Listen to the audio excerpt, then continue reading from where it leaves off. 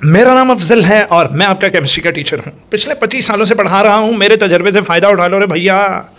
लो मेरा बेटा, chapter number 9 का लास्ट टॉपिक और लास्ट टॉपिक का लास्ट सेक्शन नॉन मेटल्स की प्रॉपर्टीज़ डिस्कस करनी है आपसे।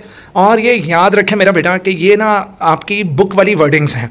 ये मैं आपकी किताब आपको समझा रहा हूँ, ये मेरी खुद की वर्डिंग्स नहीं है। समझ में आ रही बेटा? तो ये मेरी खुद की वर्डिंग्स नहीं है, ये आपकी किताब की हैं। किताब खोलें और किताब पर नॉन मेटल्स पर निशान लगाएं और वहाँ पर पॉइंट्स बनाएं। और अच्छा, कुछ बच्चे ये भी कहते हैं कि सर किताब भी आप ही खोल दें वीडियो में। तो सॉरी यार, आप कुछ खोगे, कुछ एफर्ट करोगे तो कुछ पाओगे ज़िंदगी में। समझ में लगी? अगर किताब भी मैंने खोलनी है तो फिर आप किताबें बंद ही कर दो, ख़त्म ही कर दो, मत पढ़ो, जाओ। एम इज़्ज़त हो जाएगी माशरे में। लो यार, non metals. Point 1, non metals generally gain electrons easily. तो नॉन मेटल्स जो हैं हाईली इलेक्ट्रोनेगेटिव होते हैं और ये बड़े आराम से इलेक्ट्रॉन्स को गेन कर लेते हैं। Point 2, non metals show a greater variety of colours. Non metals काफ़ी कलरफुल होते हैं और इनकी जो फिजिकल स्टेट्स हैं कंपेयर टू जो मेटल्स हैं उनमें भी काफ़ी ज़्यादा वैरायटी होती है। मेटल्स ऑलमोस्ट तमाम ज़्यादातर सारे के सारे सॉलिड्स हैं, ठीक है, कोई एक दो लिक्विड होंगे, लेकिन याद रखें कि नॉन मेटल्स में सॉलिड्स भी हैं, लिक्विड्स भी हैं, गैसेस भी हैं।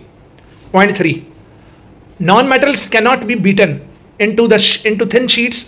मैंने बताया था ना पिछले लेक्चर में मैंने आपको बताया था कि मेटल्स कूटक होते हैं। जब उनको हैमर किया जाता है तो वो कुट के थिन शीट्स में चले जाते हैं। लेकिन बेटा, जो नॉन मेटल है, अगर आप इसको हैमर से बीट करोगे, आप इसको मारोगे हैमर, तो ये थिन शीट्स में नहीं जाने वाले, क्योंकि ये ब्रिटल हैं, ये फूटक हैं, ये फूट जाएंगे, ये पाउडरी फॉर्म में चले जाएंगे, ये फूटक हैं।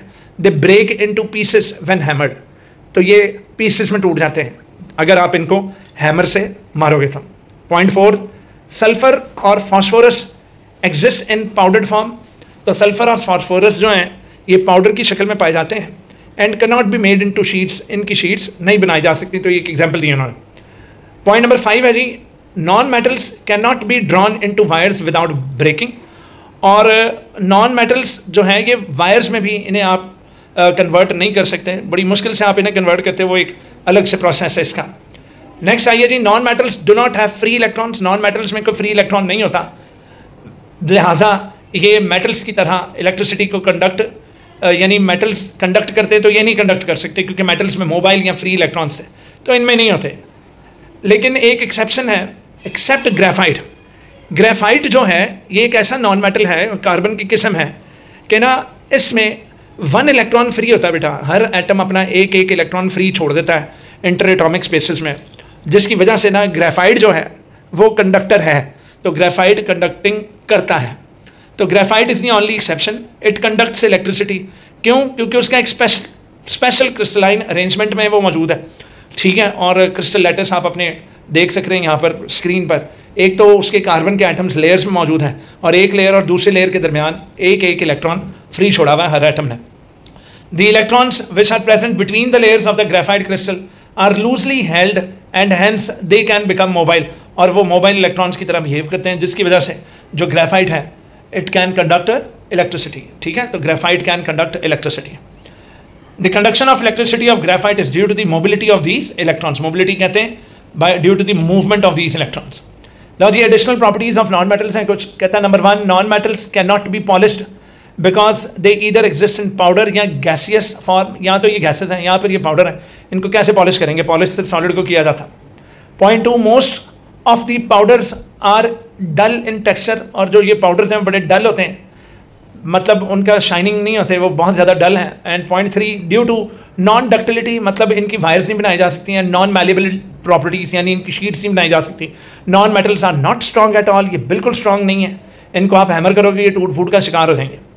और पॉइंट नंबर 4 है जी, their bonds being weak break easily. इनके बॉन्ड्स बहुत वीक होते हैं, इजीली ब्रेकअप हो जाते हैं। और number 5, all non metals have low melting and boiling points. उनके मेल्टिंग और बॉइलिंग पॉइंट्स भी बड़े लो होते हैं। The melting point of sulphur is 115 degree centigrade. Very important, ये आपको MCQ आना है कि what is the melting point of sulphur, तो वो है 115 डिग्री सेंटीग्रेड। पॉइंट 7 है जी, graphite and diamond have very high melting points. और ये दोनों एक्सेप्शंस के साथ है, मतलब कि अमूमन जो नॉन मेटल्स हैं उनके मेल्टिंग पॉइंट्स बड़े कम होते हैं, लेकिन डायमंड और ग्रेफाइट का ज़्यादा होता है। ठीक है जी। पॉइंट नंबर 8 है जी, non metals have low densities as compared to metals, उनकी डेंसिटी कम होती है। तो नॉन मेटल्स की डेंसिटी बहुत ज़्यादा लो होती है एज कंपेयर टू मेटल्स। और पॉइंट 9 है जी, this mean that non metals atoms are more loosely bound with each other. ठीक है, जब डेंसिटी लो हो तो समझ लें कि उनका वॉल्यूम ज़्यादा है, और वॉल्यूम इसलिए ज़्यादा है क्योंकि नॉन मेटल्स के जो एटम्स हैं वो दूर दूर हैं और loosely bound with each other होते हैं। अगला है जी, examples of non metals are oxygen, nitrogen, chlorine, sulphur, carbon and bromine etcetera. लो जी, एक इंटरेस्टिंग इन्फॉर्मेशन आ गई है, और वो इंटरेस्टिंग इन्फॉर्मेशन है कि about 75% of all elements in the periodic table are metals. याद रखिएगा, पीरियोडिक टेबल में 75% जो एलिमेंट्स हैं वो मेटल्स हैं, एंड टोटल 20 नॉन मेटल्स हैं, सिर्फ 20 अदद 20 नॉन मेटल्स हैं। डन। और which exist as what, solid या लिक्विड या gaseous state at room temperature. ठीक है भाई। अब उसके बाद बेटा मेटल्स और नॉन मेटल्स का एक डिफरेंस का टेबल आ जाता है, तो आइए फिर अब उसको स्टडी करते हैं। ले जी, तो कंपैरिजन करते हैं, comparison of the physical properties of metals and non metals.